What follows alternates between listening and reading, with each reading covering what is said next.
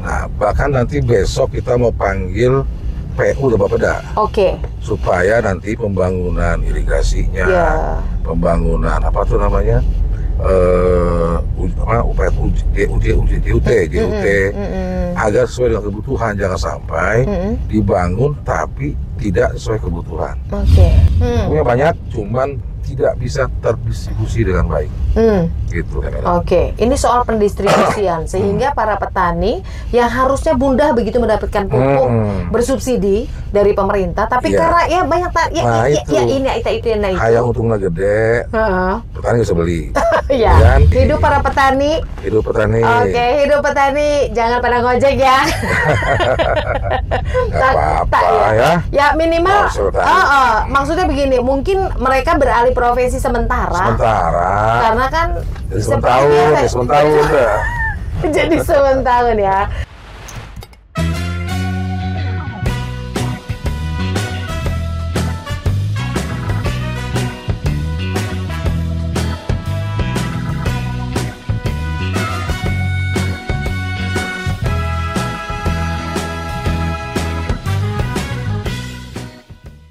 Oke, pemirsa Banten Story, ketemu lagi sama Melan di kesempatan kali ini, yaitu di sajian obrolan santai bareng bersama dengan Abah Eko Susilo dari Partai Demokrat. Beliau ini adalah Wakil Ketua DPRD Provinsi Banten yang membawahi mitranya Komisi 2 di Provinsi Banten. Oke, kita mau tahu ini aktiviti beliau sebagai Wakil Ketua DPRD Provinsi Banten yang membidangi soal pertanian salah satunya ya Pak ya? Siap. Oke, baik. Izin Pak Eko, ini kan memang obrolannya santai. Harus santai. Siap. Ya nggak sih? Soal pertanian di wilayah Provinsi Banten yang Pak Eko ketahui seperti apa Pak? Ya. Terima kasih sebelumnya atas kesempatan yang diberikan oleh Melan nih. Ya. Buat bisa ngobrol santai bersama mengenai pertanian. Ya memang Provinsi Banten ini termasuk satu wilayah yang memang diharapkan bisa menghasilkan padi ya. Karena masih banyak juga perkebunan, persawahan di sekitarnya. Betul. Iya. Cuma memang saat ini masih ada beberapa hal yang harus dibenahi dan diperbaiki oleh kita semua, soal dinas pertanian. Di antaranya mengenai pengairannya dan sebagainya, sehingga bisa lebih mengoptimalkan hasil panennya ke depan itu. Betul. Kalau soal panen ini pasti otomatis ada sinkronisasinya dengan pertumbuhan ekonomi di Provinsi Banten, begitu ya Pak Eko. Kalau menurut Pak Eko ini kan ada informasi dari Dinas Pertanian dan Peternakan Provinsi Banten, itu beberapa waktu yang lalu beliau menyampaikan nih soal eksisten luas sawah. Existing maksudnya, soal luas sawah yang berdasarkan informasi dari kementerian bahwasanya ini masih banyak lahan-lahan yang memang perlu adanya penanganan serius gitu dari pemerintah daerah Provinsi Banten. Bagaimana menurut Pak Eko sendiri? Luas sawah baku bersama Provinsi Banten itu saat ini sekitar 204 hektar lebih. Betul. Kurang lebih. Kurang segitu ya. Dan kita pun juga kemarin hasil rakor dengan Dinas Pertanian juga itu laporan dari mereka. Karena ini kan kita nih sawahnya ini ada dua tipe nih sawahnya. Benar. Ada tada hujan kan, ada sawah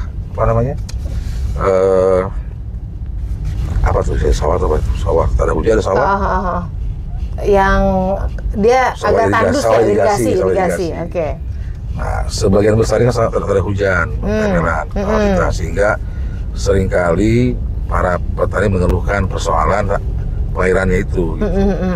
Oleh karena perlu dibantu oleh dinas dalam hal ketersediaan sumur bor, pompa air dan sebagainya, agar bisa mengairi sawah-sawah mereka. Itu yang menjadi kendala terbesar di Provinsi Banten saat ini. Dan kemarin kita rakor dengan Pak Agus Tauhid, itu yang kita tekankan satu beliau supaya program-program itu bisa lebih diprioritaskan. Betul. Agar sawah-sawah kita bisa lebih produktif, sehingga sesuai dengan visi presiden kita mengenai ketahanan pangan 2028 kalau nggak salah ya. Itu bisa terwujud dan Banten bisa menjadi kontributor terbesar di situ.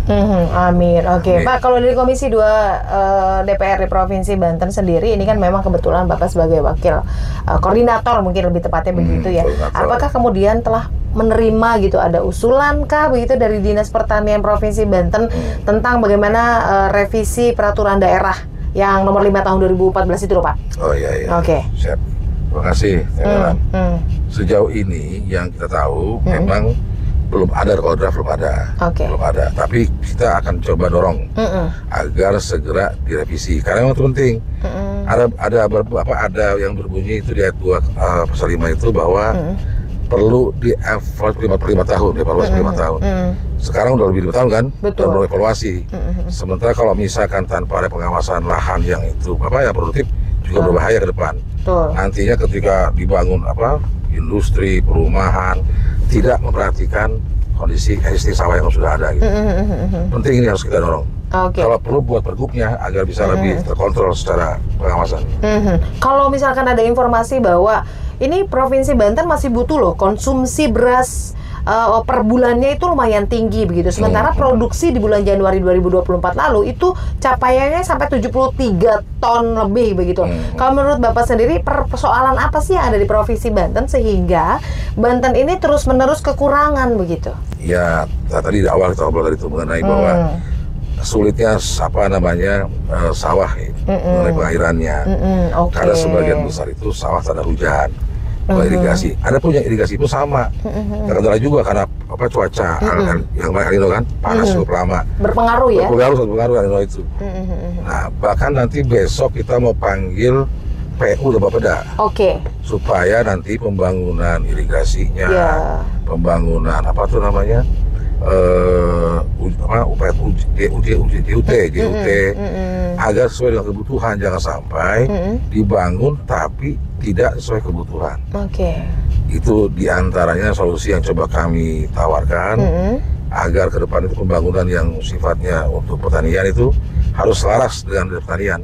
Jangan jalan masing-masing. Ini PU bikin irigasi tapi nggak sampai bisa menghasilkan sesuatu gitu. Betul. Oke, berarti harus adanya kolaborasi antara pemerintah daerah. Sektoral harus ada. Baik. Ini memang kalau dari Badan Pusat Statistik Provinsi Banten juga ini pernah mencatat begitu loh bahwa pada tahun 2024 ini mengalami penurunan dari periode tahun sebelumnya. Betul. Tentu saja mungkin kemarin sempat beberapa bulan tidak turun hujan. Apakah ini menjadi imbas begitu menurunnya jumlah hasil padi begitu? Iya. Berpengaruh mungkin ya.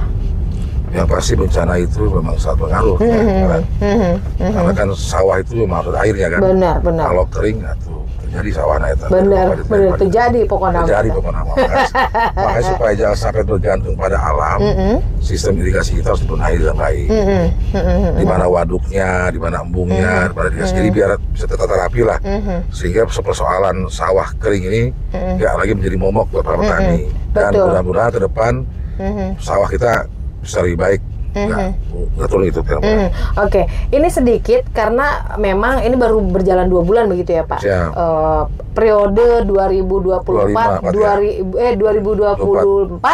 2029 itu saja, itu tentu punya PR besar nih untuk para anggota DPRD Provinsi Banten yang terbaru, khususnya untuk Komisi 2. Kenapa? Karena PR di depan itu sudah menanti, terutama soal ketersediaan pangan, tersediaan padi tadi begitu. Pernah sudah ada keinginan tidak sih dari Komisi 2 untuk bisa mengumpulkan tengkulak atau petani-petani di Provinsi Banten mewakili begitu untuk mereka mungkin punya solusi begitu. Apakah kemungkinan ada bisa bertambah begitu untuk hasil padi selanjutnya begitu? Ini Komisi 2 kita sekarang ini luar biasa orangnya. Masih muda-muda dan sangat kritis. Jadi kemarin pas rakor pun Komisi 2, waduh, pokoknya OPD itu betul-betul kita obat habis lah dengan berbagai pertanyaan agar memang betul-betul program yang dibuat itu tepat sasaran. Nah, Jangan cuma sekedar program atau proyek ya gitu. nah, Jadi ya apapun yang sifatnya itu bisa membantu dalam meningkatnya produktivitas padi atau petani biar sejahtera, itu pasti akan kita dorong ke depan seperti itu. Oke. Pak Abah, saya lebih enak manggilnya Abah nih, Siap, Abah Eko. siap. Ini kan kalau kita berbicara masalah pangan, tentu saja ini akan menjurus pada stabilitas harga dan stok pangan.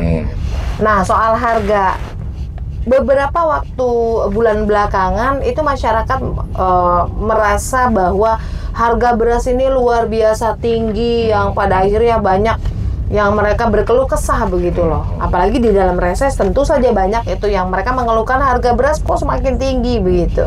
Nah, kalau menurut dari Bapak sendiri sebagai koordinator Komisi 2 DPRD Provinsi Banten Pertanian, apa yang kemudian ingin dilakukan begitu oleh Komisi 2 untuk bisa menangani masalah itu? Ya, kalau soal harga ini emang agak kompleks ya tempelannya. Kalau udah naik nggak mau turun ya. Iya benar. Kayak naik terus, nggak turun, lupa turun ya. Betul, lupa turun. Oke. Dan kalau untuk masalah inflasi udah timnya ya, tim apa inflasi daerah ada kan ya, TIPD kalau nggak salah namanya. Nah, sementara dari kita, dari Dewan itu kepada OPD, paling dengan cara membantu dalam hal operasi pasar, operasi pasar murah itu cara sosial yang paling cepat dan tepat. Gitu. Tinggal berapa jumlahnya yang bisa kita dorong ke masyarakat. Gitu, kalau harga ini kan demand plus apa? Demand lawan apa tuh? Permintaan dan penawaran kan. Kurang lebih seperti itulah ya. Supaya demand gitu. Karena ketersediaannya sedikit, permintaan banyak, maka harga akan naik. Itu kan susah kalau itu mah, harga pasaran itu.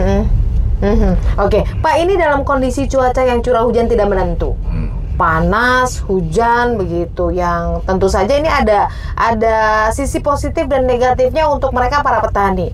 Kalau hujan terus-menerus, otomatis kan akan menggagalkan panen begitu.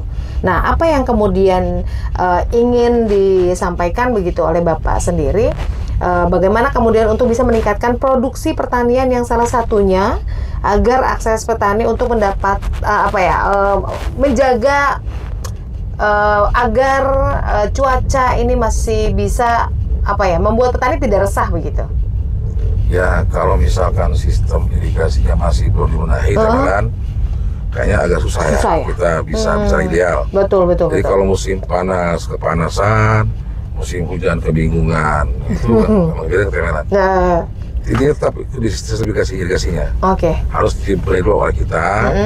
Jadi mau itu kering, mau itu lagi hujan, maka akan aman-aman aja gitu. Kalau sekarang hujan kebanjiran, ya kan? Sawah rusak juga sama aja. Benar. Kalau kering sawah kekeringan, bisa panen juga sama aja gitu. Jadi kalau itu belum dibenahi, akan sulit. Terus aja gitu. Mudah-mudahan nih kita bisa dorong Komisi 2 ini bisa mengajak Komisi 4 untuk bisa berkolaborasi dalam hal program dan anggarannya gitu. Benar. Pak, ini kan para petani juga mereka ada tingkat kesulitan membeli pupuk begitu. Ya. Ada arahan nggak dari Komisi 2 sendiri untuk Dinas Pertanian begitu untuk mencari solusi bagaimana para petani kita ini mudah mendapatkan pupuk begitu? Siap. Jadi kemarin kita panggil Pak Agus Tauhid mulai pupuk. Ternyata memang untuk rasio pupuk sudah terpenuhi semua, sudah cukup, nggak kekurangan. Hanya soal distribusinya. Jadi ini kita kekurangan orang yang mau menjadi distributor pupuk. Kenapa? Karena dia punya margin sangat tipis. Keuntungannya sangat tipis. Sudah sangat tipis, kemudian banyak gangguan dari eksternal, gitu Kemelan. Nah, ini istilahnya mah banyak tangan. Paham lah Kemelan. Orang tinggal ngomong itu mah. Jadi memang ini kemarin kita agak kayak juga. Pupuk nggak ada, cuman tidak bisa terdistribusi dengan baik. Bahkan Pak Amran kan kemarin juga bilang kan, Pak Amran. Benar. Kita sudah kirim pupuk setahun baru nyampe. Oh my God. Nah, itu nasional tuh. Iya benar ya Pak ya. Iya, jadi Tingkat itu nasional kendala itu yang sekarang dari mobil bukan punya ada, punya banyak, cuman tidak bisa terdistribusi dengan baik. Gitu kan. Oke, ini soal pendistribusian sehingga para petani yang harusnya mudah begitu mendapatkan pupuk bersubsidi dari pemerintah, tapi Iya. karena ya banyak itu. itu. Kayak untungnya gede, petani bisa beli, Iya. ya kan? Oke. Untung standar, dia nggak untung. Jadi ini memang lagi sedang kita coba cari solusinya Oke. dengan Pak Agus Tauhid. Oke, berarti ini harus ditangani serius begitu ya oleh Harus serius, Komisi harus 2 dan juga oleh Kadistan. Kita akan serius itu pasti. Oke, Kadistan beberapa waktu yang lalu ini menyebut bahwa petani itu terdaftar di rencana definitif ini kebutuhan kelompok taninya ini akan dialokasikan anggaran nih oleh pemerintah. Nah, kalau menurut Bapak anggaran yang sudah disediakan dari pemerintah secara begitu ya, kalau dari anggota DPRD Provinsi Banten yang baru ini kan hanya menerima setelah ketuk palu ya Pak ya? Betul. Benar nggak sih Pak? Betul. Apakah sudah ideal bantuan yang diberikan pemerintah untuk para petani saat ini seperti pupuk subsidi atau sebagainya? Ya, inilah kemarin Pusirakor itu walaupun mereka sudah menganggarkan, sudah isi programnya, kita kemarin rakor tuh Temelan untuk memastikan, walaupun kami nggak ikut ya secara di awal nggak ikut di awal, kami bisa memberikan semacam penekanan. Dan sejauh ini untuk pertanian sudah sesuai dengan benar. Malah saya rasa malah kurang, malah harus tambahin lagi tuh. Nah itu. Jumlah pupuknya, jumlah dombanya, jumlah kambingnya, traktornya. Bahkan kemarin terambah alat juga tuh. Oke. Saya lupa amal yang belum ada anggaran di situ. Oke. Supaya ditambahkan oleh pertanian. Berarti sarana dan prasarana ditambahkan oleh pemerintah. Iya, kita berusaha bisa menambahkan malah kemarin itu. Oke. Bagus, Mak. Nah, Keren. intinya bahwa stabilitas pangan, kemudian sarana dan prasarana yang bersubsidi memang sudah juga diupayakan oleh pemerintah daerah begitu ya Pak ya. Yang pada intinya bahwa Komisi 2 DPRD Provinsi Banten juga sudah mengajak duduk bareng begitu. Oleh Kadistan ini persoalannya apa begitu? Apakah anggarannya yang kurang atau ada pihak-pihak lain yang kemudian ini memanfaatkan situasi ini begitu ya Pak ya. Oke, baik. Kita coba ke yang lain Pak. Kemarin kan sempat reses. Oke? Reses sidang pertama tahun 2024. Perdana loh buat Pak Eko. Iya nggak sih? Oke, baik. Kalau kemarin pada saat reses, apakah kemudian di sana itu ada juga para petani yang menyampaikan informasi, aspirasi atau keluhan begitu tentang aduh kayaknya sekarang jadi petani tuh pas sulit, udahlah gua ngojek aja dah gitu. Gimana itu Pak? Ya, kebetulan saya kan dapil ke Serang ya. Jadi kalau untuk petani itu ada di daerahnya Kasemen, kemudian sedikit Warantaka dan Curug. Tiga wilayah itulah yang masih ada petaninya. Sebagian besar sama kalau tadi pupuk kan ya. Kemudian mereka masuk Poktan tapi nggak jelas. Gitu. Hanya didata, ambil KTP-nya, pura-pura jadi petani ya, biar dapat bantuan. Mau bikin lagi susah, gitu kan. Jadi mereka petani yang serius malah nggak bisa berbuat apa-apa. Poktan itu dan nggak Poktan, ya menurut mereka nih, menurut saya nih ya, Ampuraya, dulu nggak Poktan, ulama Kabli. Menurut hasil kemarin itu bahwa nggak jelas lah gitu, pimpinannya nggak adil dan nggak merata. Gitu. Kemudian tadi irigasi masih kurang, itu kan ya traktor, batu gitu lah. Soal irigasi itu penting ya Pak? Penting. Terus untuk bibit unggul. Bibit unggulnya juga. Bibit unggul, irigasi yang memang harus diperbaiki sehingga aliran air yang tanah disebutnya tadi Pak? Cocoknya tanah ini pakai air irigasi, ada yang cukup dengan hujan juga begitu ya. Karena hujan ini juga penting, emang harus dipikirkan. Oke, baik. Itu sudah. Kemudian ada hal lain apa begitu yang mau diceritakan sama Pak Eko ini berkaitan dengan Komisi 2 yang kebetulan Bapak sebagai Wakil Ketua DPRD Provinsi Banten di bidang Komisi 2. Selain Komisi 2 apa Pak? Udah dua ya? aja. Dua aja ya? Kalau PP nggak boleh, terakus namanya. Dua aja Temelan. Oke, bukan saya. Aduh, baiklah kalau begitu. Sepertinya untuk sajian obrolan santai pada kesempatan kali ini sudah selesai. Terima kasih banyak Pak Eko atas kerjasama dan kesediaannya. Mudah-mudahan aktivitas Bapak berjalan dengan lancar. Amin. Hidup para petani. Hidup petani. Oke, hidup petani. Jangan pada ngojek ya. Nggak apa-apa ya. Ya minimal. Maksudnya Maksudnya begini, mungkin mereka beralih profesi sementara. Karena kan sementahun dah. Jadi sementahun ya. Yang pasti sajian obrolan sore kita ya untuk Banten apa Pak? Apa sih story? Apa saya juga lupa. Story. Oke, Banten Story kita cukupkan di kesempatan kali ini bersama dengan Bapak Eko Susilo sebagai Wakil Ketua DPRD Provinsi Banten kali ini. Terima kasih. Iya, sama-sama.